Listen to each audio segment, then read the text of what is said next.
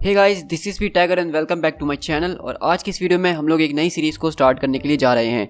सबसे पहले तो मैं आप लोगों से काफ़ी ज़्यादा सॉरी करना चाहूँगा, क्योंकि मैं जानता हूँ कि काफ़ी टाइम से चैनल के ऊपर कोई वीडियो नहीं आ रही है और जो सीरीज़ मैंने स्टार्ट करी थी उसके सिर्फ 2 ही एपिसोड डाले और उसके बाद से मैं बिल्कुल इनएक्टिव चल रहा था।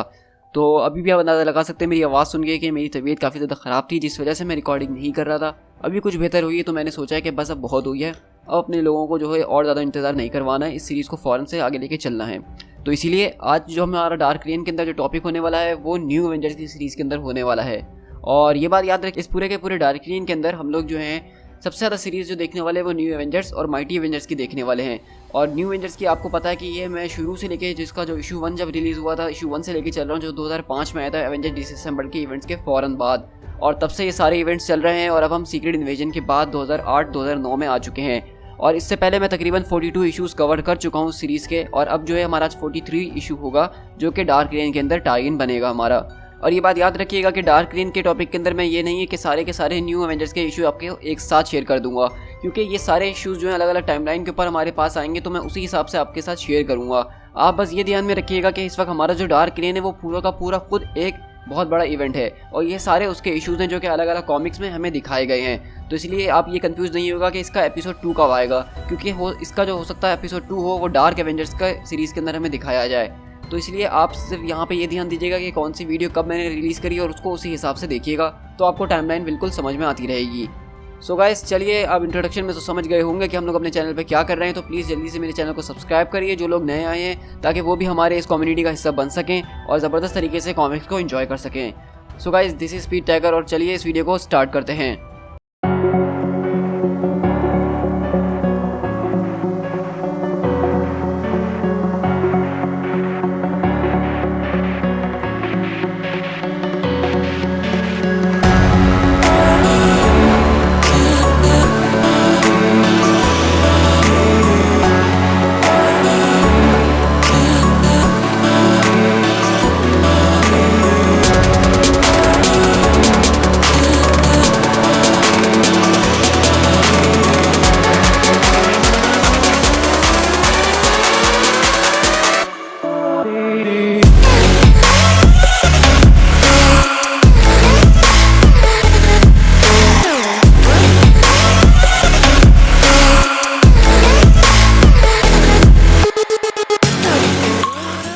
हम यहाँ से शिफ्ट होते हैं सेंट्रल पार्क स्क्रल बैटलफील्ड के अंदर। ये जगह आप लोग को बहुत अच्छे से याद होगी, क्योंकि यहाँ पे जो था सीक्रेट इन्वेजन कॉमिक्स के आखिरी के 3 इश्यूज़ यहीं पे हैपन हुए थे, इसी बैटल ग्राउंड के अंदर, जहाँ पे स्क्रल्स ने मुकाबला करा था Avengers, fantastic four, new Avengers, mighty Avengers, secret Avengers, secret warrior, जितने भी थे सबके सब यहाँ पे जमा हुए थे उनसे लड़ने के लिए। और ये उस बैटल की बात की कहानी है, जहाँ पे हम देखते हैं कि जब ये बैटल ठंडी हो रही होती है, जब थॉर आयरन मैन से अलविदा के आखिर अल्फाज कह के जा रहा होता है, जब लड़के वो जा रहा होता है, तो तभी न्यू एवेंजर्स की टीम भी फैसला करती है जो छुपी हुई थी कि अब इनका भी टाइम आ चुका है, जिन लोगों के साथ इनको भी यहाँ से निकल जाना चाहिए। और इस तरह वहाँ पे होता यही कि आयरन फेस, क्लिंट बार्टन और उसकी वाइफ, जो कि अब इस शटल के अंदर से आई है, जिसको बहुत टाइम से स्क्रल के लोगों ने कैद किया था, और वुल्वरीन वगैरह, वो सब अपने अपने रास्ते चले जाते हैं। यहीं से हम लोग ब्रॉक्स के अंदर एक दिन बाद शिफ्ट होते हैं, जहाँ पर हम देखते हैं कि एक बिल्डिंग के ऊपर स्पाइडरमैन बैठा होता है और झाँक के वुल्वरीन की तरफ देख रहा होता है, और वुल्वरीन चलता हुआ एक गली के अंदर जाता है और एक दीवार के अंदर घुस जाता है, और स्पाइडरमैन देखते हुए इसका पीछा करता है और वो भी इसी तरह इस दीवार के अंदर घुसता है। और वो जब यहाँ पे अंदर आते हैं और हम देखते हैं कि बेसिकली ये दीवार जो थी खुफिया गेटवे था, जिसके ज़रिए ये लोग एक जगह पे आते हैं जहाँ पे अब इन लोग का नया सेफ हाउस है। क्योंकि आप लोग को याद होगा कि सीक्रेट इन्वेजन से पहले ये जो एवेंजर्स थे ये गवर्नमेंट से छुपते फिर रहे थे, और सुपर हीरो रजिस्ट्रेशन एक्ट अभी भी लागू है, और इसलिए ये लोग अभी भी छुप रहे हैं, लेकिन इनके पास कोई घर नहीं था। हमने देखा था क्योंकि डॉक्टर स्ट्रेंज इन सबको छोड़ के कहीं चले जाते हैं, और उनकी स्टोरी भी हम इस स्टोरी के अंदर कहीं आगे जाके ज़रूर देखेंगे।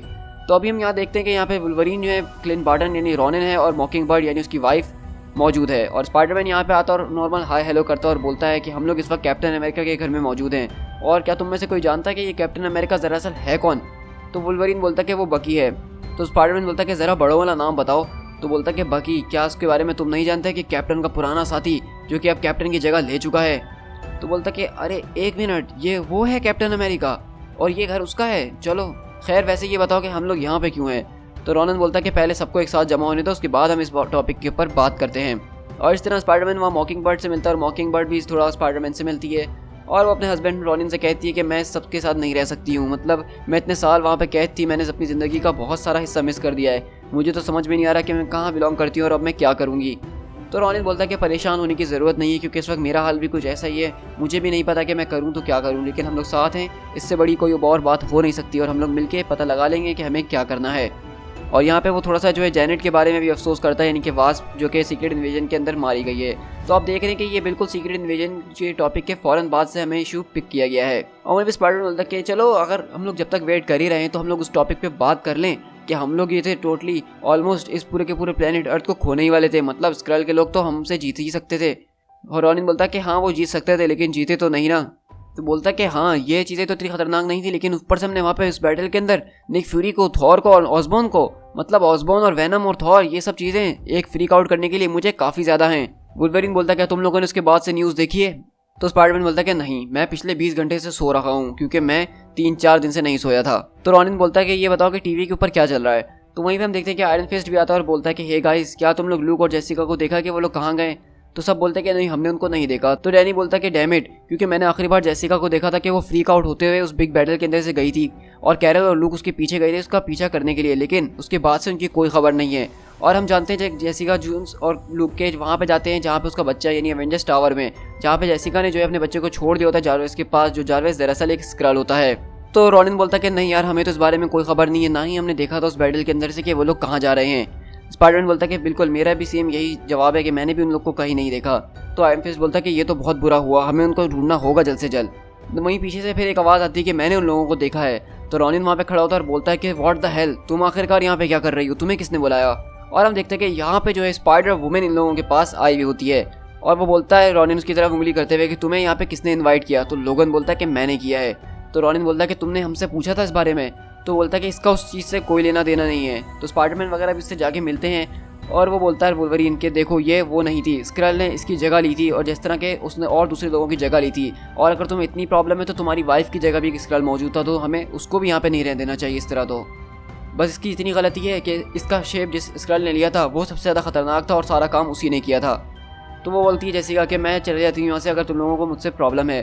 तो स्पाइडर बोलता है कि नहीं ऐसी कोई बात नहीं है। जेसिका बोलती कि मैं यहाँ पे सिर्फ इसीलिए आई थी क्योंकि मुझे सच में नहीं पता कि मैं इस वक्त जाऊँ तो कहाँ जाऊँ, मैं भरोसा करूँ तो किस पे करूँ। तो वहीं पे बॉबी आती है और बोलती है कि मेरा नाम बॉबी मूर्स है और मैं एजेंट ऑफ शील्ड हूँ और हम लोग पिछले बिलियन ईयर्स अगो पहले मिले थे, शायद तुम्हें याद भी ना हो, लेकिन हम दोनों एक साथ उसी जहाज़ के ऊपर थे और मेरे ख्याल से तुम मुझे जानती हो। तो बोलती है कि हाँ, लेकिन अब मैं तुम लोग को बता दी चलूँ कि शील्ड जो है वो ख़त्म हो चुकी है और जो है शील्ड के सारे लोगों से जो है पूछताछ की जा रही है सिर्फ हमारे सिवाय, मतलब वो लोग हमें ढूंढने के लिए भी कहीं ना कहीं तो आते ही होंगे। वुल्वरीन बोलता है कि मैंने कहा था ना तुम लोगों से कि टीवी खोल के देखो। स्पाइडरमैन बोलता है अगर शील्ड चले गई तो ये बताओ कि हमारे फोन्स को ट्रैक कौन कर रहा है, क्या निक फ्यूरी वापसी आ गया इस गेम के अंदर? डैनी बोलता है कि नहीं, मुझे नहीं लगता, अगर ऐसा कुछ हुआ होता तो मुझे इस बारे में खबर ज़रूर मिल गई होती। रॉनिन बोलता है इसका मतलब आज हम में से सिर्फ यहीं इतने लोग आने वाले हैं। तो वुल्वरीन बोलता है कि नहीं, लूक और जेसिका भी यहाँ पे आएंगे और कैरल डेवलपर्स उनको यहाँ पे लेकर आती ही होगी, हमें उनकी ज़रूरत भी है। तो स्पाइडरमैन बोलता है क्या तुम नहीं जानते कैरल जो है वो टोनी स्टार्क के साथ है? तो वो बोलता है कि नहीं, मेरा जहाँ तक अंदाज़ा है कि वो उसके साथ अब नहीं है। तो स्पाइडरमैन बोलता है कि यार सीरियसली यहाँ पे कोई टीवी वगैरह नहीं है जिस पे हम कुछ देख सकें, हमें पता तो चले कि बाहर दुनिया में हो क्या रहा है। तो वहीं पे पीछे से आवाज़ आती है कि वेल, तुम लोग चाहो तो बाकी दूसरे लोगों के लिए रुक सकते हो, लेकिन मेरी बात ज़रा गौर से सुनो, अब इस वर्ल्ड को जो है अवेंजर्स की ज़रूरत है और शायद पहले से कहीं ज़्यादा। मैं जानता हूँ कि इस टीम को जो है खुद कैप्टन अमेरिका ने आयरन मैन के साथ मिलकर बनाया था और मेरा अंदाज़ा है कि कैप्टन अमेरिका अगर इस वक्त यहाँ मौजूद होते तो वो तुम लोगों को देख के बहुत ज़्यादा प्राउड महसूस करते हैं, क्योंकि तुम लोग अभी एक जंग जीत कर आए हो, तुम लोगों की वजह से ये जंग जीती गई है, तुम लोग कैप्टन अमेरिका के एवेंजर्स हो, तो इसीलिए ये घर तुम्हारा भी उतना ही है जितना ये घर मेरा है। ये अब से हमारा एवेंजर्स हेडक्वार्टर है, यहाँ पे बहुत ज़्यादा कमरे और जिम भी मौजूद है, तुम लोग यहाँ पे रह सकते हो आराम से, जब चाहे जा सकते हो, तुम लोगों की अपनी मर्जी है, इसको अपना घर समझना, उसको अपने तरीके से इस्तेमाल करना। तो स्पाइडरमैन बोलता है क्या तुम्हारे पास टीवी मौजूद है यहाँ पे? तो वहाँ पे आयरन फिस्ट बोलता है कि लिसन मेरी गाइस, मेरी तरह बात और गौर से सुनना कि मैं काफ़ी चीज़ों से गुजर चुका हूँ, मतलब मैं तुम लोगों से सिर्फ यहाँ पे यही कहना आया था कि मैं अब तुम लोगों के साथ ये मिशन आगे कंटिन्यू नहीं रख सकता हूँ, मैं इस तरह से छुप छुप के नहीं घूम सकता हूँ, मेरी कंपनी को इस वक्त मेरी काफ़ी ज़्यादा ज़रूरत है। इस सीक्रेट इन्वेजन की वजह से तुम नहीं जानते स्टॉक मार्केट की क्या हालत हुई है और इस वक्त कंपनीज़ का क्या हाल हुआ है। इस वक्त मेरी कंपनी को मेरी ज़रूरत है, वरना मैं कंगाल होकर रह जाऊँगा। मुझे इस वक्त जाना होगा और उन सारी चीज़ों से डील करना होगा, लेकिन अगर तुम लोगों को कभी भी मेरी ज़रूरत महसूस हो तो तुम लोग को पता है कि कहाँ कॉल करनी है और मैं बिना कुछ सवाल जवाब किए तुम लोगों के पास हाजिर हो जाऊँगा। तो रॉनिन बोलता है कि तुम्हें माफ़ी मांगने के लिए कोई ज़रूरत नहीं है इस चीज़ के लिए, और बोलता है कि अगर लूक और जेसिका यहाँ पे तुम लोगों के पास आए तो उन लोगों को बोलना कि मुझे कॉल करें, मैं तुम लोगों को काफ़ी मिस करने वाला हूँ। लेकिन वहीं पे बॉबी बोलती है कि ज़रा गाइस ये देखो, और हम देखते हैं कि दीवार के अंदर से वहाँ से जेसिका जोन्स, लूक केज और मिस मार्वल आती हैं। और यहाँ पे जो है लूक केज रो रहा होता है और बोलता है कि वो ले गए मेरे बच्चे को, वो डेनियले को ले गए। तो वहाँ पे डैनी आता है और बोलता है कि कौन कौन उनको ले गया। तो जेसिका रोते हुए बोलती है कि वो सबके सब वो स्क्रल्स, वो जारवेस उनमें से ही एक था और वो मेरे बच्चे को ले गया। और सबको इस बात पे यकीन नहीं हो रहा होता और सबको बहुत ज़्यादा अफसोस हो रहा होता है कि वो इतनी सी बच्ची को स्क्रल्स अपने साथ ले गए हैं। और जेसिका बोलती है कि मैंने उस बच्चे को जो था वहाँ पे छोड़ा था जारवेस के पास ताकि मैं तुम लोगों के साथ फाइट को ज्वाइन कर सकूँ। मुझे नहीं पता था कि ऐसा कुछ हो सकता था, मुझे नहीं पता था। तो मिस मार्वल बोलती है कि हम में से किसी को भी नहीं अंदाज़ा हो सकता था कि वो एक स्क्रल है। हम उस पर पूरा यकीन करते आ रहे थे और किसी को ज़रा सा शक भी नहीं था। लेकिन तुम्हें ये सारी जिम्मेदारी अपने ऊपर नहीं लेनी चाहिए, इसमें तुम्हारी कोई गलती नहीं है। तो जेसिका बोलती है कि नहीं, ऑफ कोर्स इसमें मेरी गलती है कैरल, ये मेरी वजह से ही हुआ है सब। तो रॉनिन बोलता है लेकिन उसकी बात बिल्कुल ठीक है, हम में से किसी को नहीं पता चल सकता था कि वो एक स्क्रल है, इसमें तुम्हारी गलती नहीं है। तो लूक बोलता है कि हमने पूरा का पूरा टावर छान मारा है, हमने जारवेस की हर एक चीज़ को तलाश करने की कोशिश करी, वहाँ पे कुछ भी नहीं है, ना ही कोई क्लू, ना ही कोई पता कि वो कहाँ पे गया होगा, और कुछ भी नहीं पता चल रहा। बस ऐसा लग रहा है कि वो गायब हो गया है। वो एक शेप शिफ्टर है, वो किसी के भी रूप में कभी भी कहीं पे भी हो सकता है। हमारी बीवी जिंदा है या मर गई हमें तो सिर्फ ये भी नहीं पता अभी तक। जेसिका बोलती है कि आखिरकार वो हमारे बच्चे को क्यों लेकर गए। तो लोगन बोलता है कि वो उसको एज अ हॉस्टेज इस्तेमाल करना चाहता है, वो चाहता है कि उसको इस प्लेनेट से बाहर जाने दिया जाए एक पीस के अंदर, इसलिए उस बच्चे को वो किडनैप करके लेकर गया है। और लोगन बोलता है मेरी बात ज़रा कान खोल के सुनो तुम लोग, तुम्हारा बच्चा वो जिंदा है, क्योंकि वो जारवेस जानता है कि अगर उसने उस बच्चे को मार दिया तो हम उसको कहीं से भी ढूंढ के जान से मार डालेंगे, इसलिए उसके पास सिर्फ एक ही रास्ता है कि वो उसको जिंदा रखे। तो लूक बोलता है क्या तुम हमारी मदद करोगे, क्या तुम सब हमारी मदद करोगे। और वहीं पे हम देखते हैं कि इस तरह वो सारे के सारे एवेंजर्स निकलते हैं, जिसमें हम देखते हैं कि इस वक्त Spiderman, Spider Woman, Captain America यानी Bucky, Luke Cage, Miss Marvel, Jessica Jones, Mockingbird, Ronin और वुल्वरीन, ये सारे के सारे लोग निकलते हैं अपने नए मिशन के ऊपर, यानी कि अब इनको जो है उस बच्चे को ढूंढना है। और सबसे पहले वो लोग यहाँ पे बैक्स्टर बिल्डिंग के अंदर पहुंचते हैं, जहाँ पे आपको पता है कि बैक्स्टर बिल्डिंग की हालत भी काफ़ी ख़राब हो गई थी इस वॉर के अंदर, और उसमें भी कंस्ट्रक्शन चल रही है। और वहाँ पे लूक के जाके बोलता है कि मुझे वो स्क्रल डिटेक्टर चाहिए जो तुम्हारे हस्बैंड ने बनाया था, हमें उसकी ज़रूरत है। तो सू बोलती है कि इस वक्त जो है रीड सो रहा है और तुम जानते हो कि वो काफ़ी हफ्तों से नहीं सोया है, तो मैं उसको अभी फ़ौरन नहीं जगा सकती हूँ। तो जेसिका बोलती है कि एक स्क्रल जो है उसमें से वो हमारे बच्चे को ले गया है। तो सू बोलती है कि क्या, चलो एवरीवन अब सबके सब जल्दी उठो, फ़ौरन बाहर आओ, हमारे पास एक ज़रूरी मिशन है, नींद का टाइम पूरा हो चुका है। और इस तरह हम देखते हैं कि सू के चिल्लाने से वहाँ पे सब लोग जो अपने टेंट से बाहर निकल कर आते हैं, और रीड रिचर्ड वगैरह सब फ़ौरन काम पे लगते हैं ये खबर सुनते हैं, क्योंकि वो जानते हैं कि ये सवाल एक बच्चे का है। वहाँ पर हम देखते हैं रीड रिचर्ड अपने लैब में जाते हैं और बोलते हैं कि चलो हमारे पास एक अच्छी खबर है इस इन्वेजन की वजह से कि पूरी की पूरी कंट्री के अंदर कोड रेड चल रहा है। इसका मतलब है कोई एयरपोर्ट्स वगैरह, कोई ब्रिजेस, कोई ट्रेन्स वगैरह नहीं चल रही हैं, हर चीज़ जो है क्लोज है, वो भी मिलिट्री के ऑब्जर्वेशन के अंदर। और अभी तक जितनी भी न्यूज़ रिपोर्ट्स हमारे पास आई है उसके मुताबिक कोई भी स्क्रल साइटिंग नहीं की गई है। आखिरी बार स्क्रल्स को देखा गया था वो सिर्फ सेंट्रल पार्क इंसिडेंट के अंदर ही देखा गया था। ये जारवेस इस पूरी की पूरी सिटी के अंदर कहीं पे भी हो सकता है। यहाँ पे बहुत ज़्यादा रास्ते हैं ऐसे जिसको ढूंढना बहुत ज़्यादा मुश्किल है, और वो जो इस न्यूयॉर्क सिटी के अंदर काफ़ी वक्त से है, तो उसके खुफिया ठिकाने बहुत से हो सकते हैं। और सबसे बुरी खबर भी हमारे लिए यही है कि ये दुनिया की सबसे ज़्यादा बिगेस्ट सिटी है, जिसके अंदर हम एक ऐसी चीज़ को ढूंढ रहे हैं जो कि किसी भी शेप, साइज़ या सेक्स के अंदर हो सकता है, और वो किसी भी बिल्डिंग के कोने खांचे में घुसा हुआ हो सकता है, चाहे वो सोहो या हार्लेम हो। यहाँ तक कि मैंने अपनी सारी की सारी सैटेलाइट्स और स्टार्क की कुछ सैटेलाइट्स को भी हैक किया है और उनकी सारी इमरजेंसी इन्फॉर्मेशन निकालने की कोशिश करी है, लेकिन उसके ज़रिए भी कोई स्क्रल की साइटिंग्स को नहीं देखा गया है, और यहाँ तक कि कोई अनआइडेंटिफाइड सुपर पावर इंसान को भी नहीं देखा गया। और मैंने जो है अपना स्क्रल डिटेक्टर प्रोग्राम जो है इसको एक सैटेलाइट के अंदर इंस्टॉल भी करवा दिया है, ताकि कोई भी अगर स्क्रल शेप शिफ्ट करता है तो उसके बारे में हमें फ़ौरन से पता चल जाएगा। और पूरी की पूरी सिटी के अंदर मैंने इन स्कैनर्स को इंस्टॉल करवा दिया है, अगर कोई चीज़ शेप शिफ्ट करती है तो उसका फ़ौरन मुझे अंदाज़ा हो जाएगा। लेकिन ये जो कुछ भी है इसने अभी तक शेप शिफ्ट नहीं किया है, और इस वक्त की हालात देख के तो मैं तुम लोगों से कुछ ज़्यादा उम्मीद लगाने के लिए कह नहीं सकता हूँ, क्योंकि हम सब जानते हैं कि इस वक्त शहर का क्या हाल हुआ हुआ है। अगर हम अथॉरिटीज़ में रिपोर्ट कर देते तो वो लोग इसको देखेंगे ज़रूर, लेकिन उसमें उनको कितना टाइम लगे इसके बारे में मैं कुछ कह नहीं सकता हूँ। तो जेसिका बोलती है रोते हुए, तो तब तक हम लोग क्या करेंगे। तो लोगन बोलता है कि हम जाके कुछ दरख्त हिलाएंगे।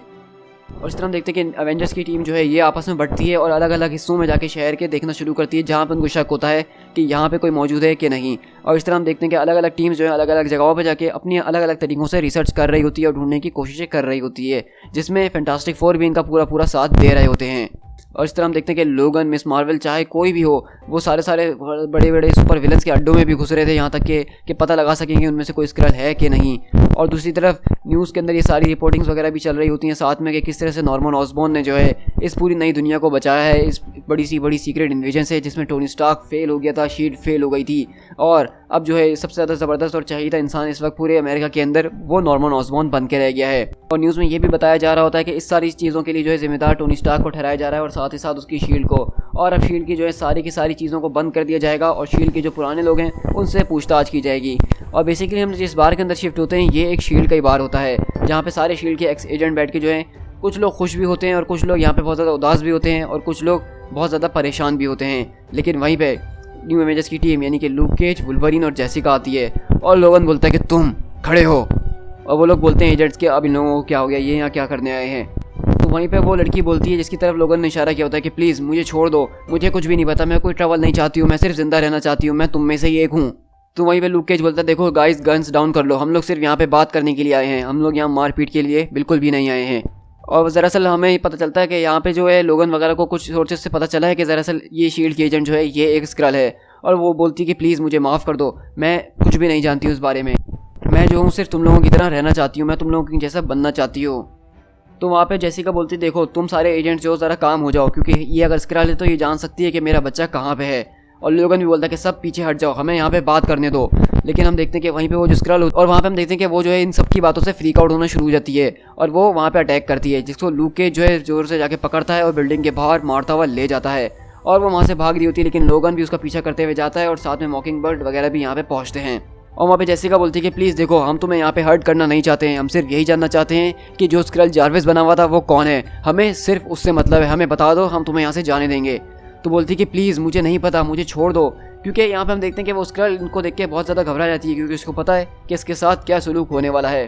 तो जेसिका बोलती है देखो मैं तुम्हें कुछ नहीं कहूँगी, मुझे सिर्फ बता दो कि वो कहाँ गया है।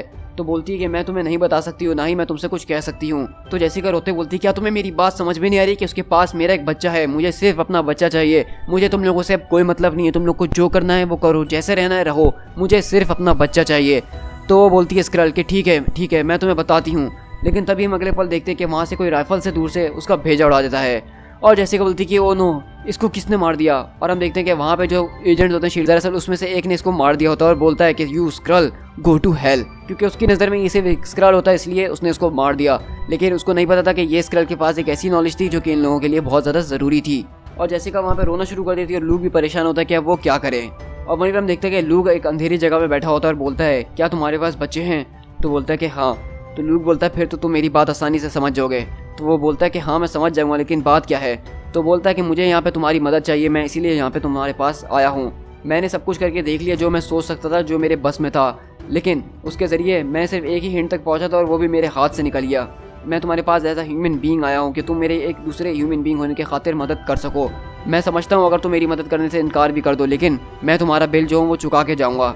मैं वो सब कुछ करूँगा जो तुम चाहते हो, मैं तुम्हें हर एक तरीके से रीपे करने के लिए तैयार हूँ, तुम जैसे चाहो। तो वो बोलता है क्या तुम मेरे साथ साइन अप करोगे, मतलब मेरे साथ दोगे। तो लूक बोलता है अगर तुम मेरी मदद करोगे तो मैं वो करने के लिए भी तैयार हूँ। तो वो बोलता है कि फिर तो हमारी डील पक्की समझो, क्योंकि मुझे सिर्फ तुमसे यही चाहिए। तो लूक बोलता है कि फिर ठीक है मैं तुमसे डील करता हूँ।